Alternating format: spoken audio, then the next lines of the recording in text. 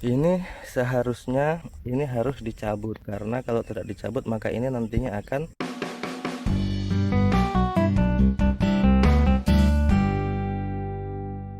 Assalamualaikum warahmatullahi wabarakatuh.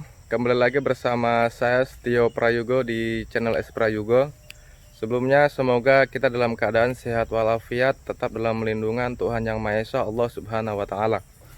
Dan saya hari ini akan memperlihatkan salah satu kebun keluarga saya, bibi saya yang kemarin 1 bulan lebih kemarin sudah dipanen, dan hari ini saya akan memperlihatkan bagaimana pertumbuhan dan perawatan yang dilakukan oleh bibi saya. Tapi sebelumnya minal aizin wal faizin, mohon maaf lahir dan batin jika ada kata-kata saya yang salah dalam video-video updatean yang saya buat gitu. Jadi di lokasi bibik saya ini yang luasannya kurang lebih sekitar 1/4 kemarin, ketika dipanen dan disuling, alhamdulillah minyaknya bagus dan hasilnya balance dengan pengeluaran yang dilakukan oleh bibik saya. Nah, hari ini kita akan lihat bagaimana proses pertumbuhan nilamnya dari bibik saya itu sendiri. Nah, ini adalah nilamnya, sahabat-sahabat semua. Ini kemarin pasca dipanen, umurnya kurang lebih sudah hampir 2 bulan dan pertumbuhannya sudah seperti ini. Jadi kemarin kita bisa lihat bagaimana pertumbuhannya dari tanaman nilam ini. Kita lihat banyak kali rumput yang ada di sekitaran tanaman nilam ini, dan kemarin pasca dipanen sudah dibersihkan rumputnya, dan hari ini sudah tumbuh lagi rumputnya. Tapi ada yang sudah dibersihkan, kita bisa lihat ini sebagian tanaman dari bibit saya yang sudah dibersihkan, dan untuk sementara juga ini lagi sedang membersihkan rumput yang ada di sekitaran tanaman nilam itu sendiri. Nah, jadi sahabat-sahabat semua, ini salah satu pelajaran penting buat kita, yang mana bahwa pasca kita melakukan proses panen, maka tentu perawatan yang dilakukan itu lebih ekstra lagi. Kenapa? Karena ketika proses perawatan tidak ekstra, maka nantinya tanaman dalam kita akan terserang namanya kanker ya, penyakit yang biasa disebut dengan budok.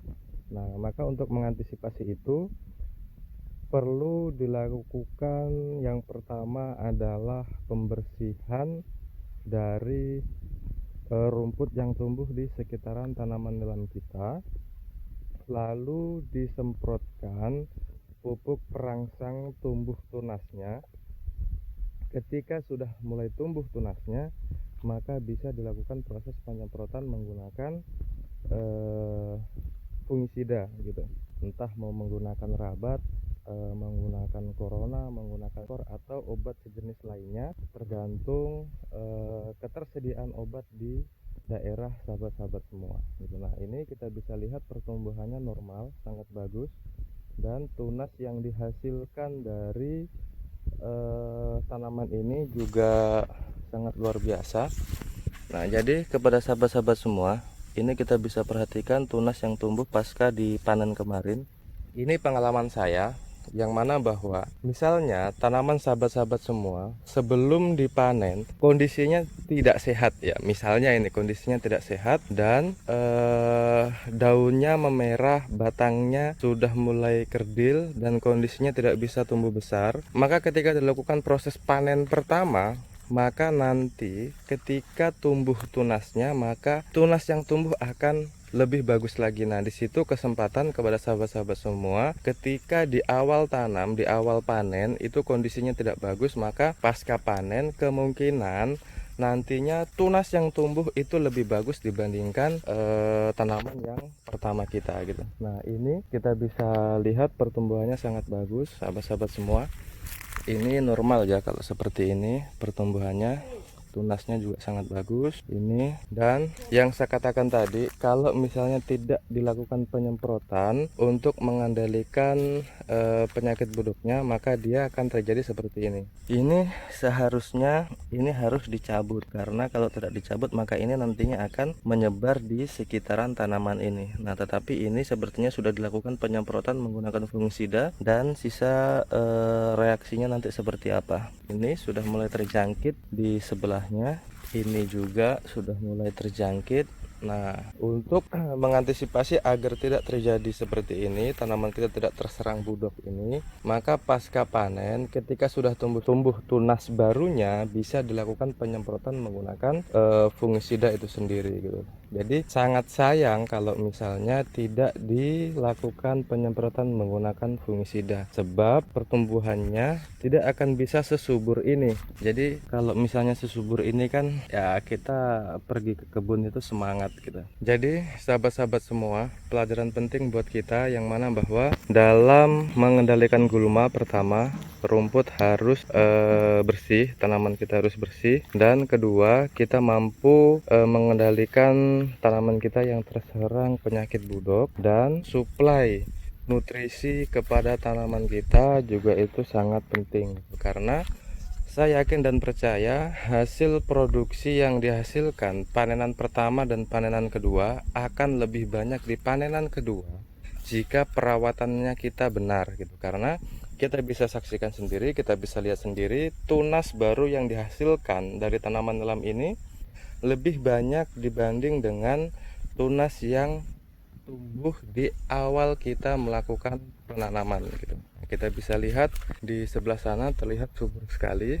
Nah, ini yang saya maksudkan, tunas yang tumbuh lebih banyak dibanding dengan di awal kita menanam. Nah, kita bisa perhatikan, dan ini pasca dilakukan pembersihan gulma seperti ini diparas dulu, diperas total, yang kemudian nanti dilakukan penyemprotan bisa, atau ini dilakukan proses paras seperti ini seterusnya, agar supaya pertumbuhan rumput tidak lebih cepat dibanding dengan pertumbuhan tanaman nilamnya gitu. Nah, ini ada beberapa yang sudah terserang penyakit dan pertumbuhannya lambat dibanding dengan pertumbuhan yang lainnya, sehingga ini sangat penting untuk disuplai nutrisi.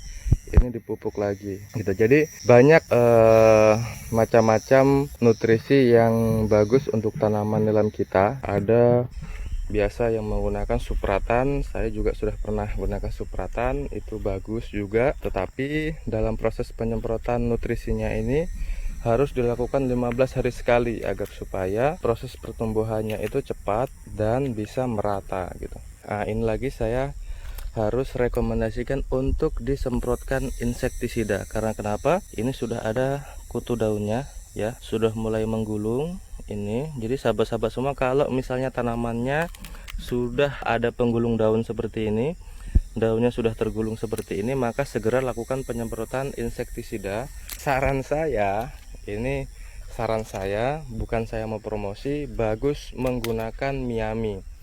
Saya lakukan penyemprotan 2 kali, maka daun menggulung itu bisa pulih kembali dan dia tidak menyebar kutu daunnya di tanaman yang lainnya.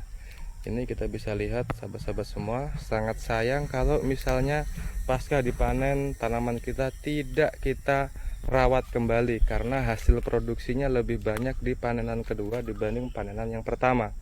Bisa perhatikan ini umur dari tanaman ini kurang lebih 2 bulanan ya, dan pertumbuhannya sudah seperti ini.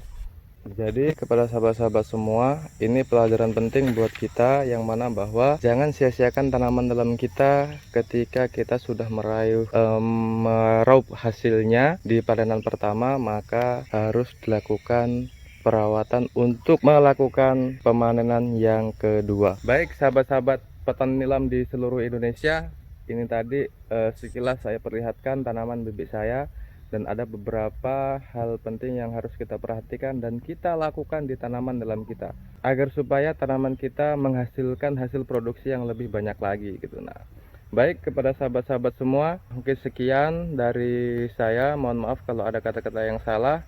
Dan hari ini saya update harga untuk di bulan akhir Mei ini.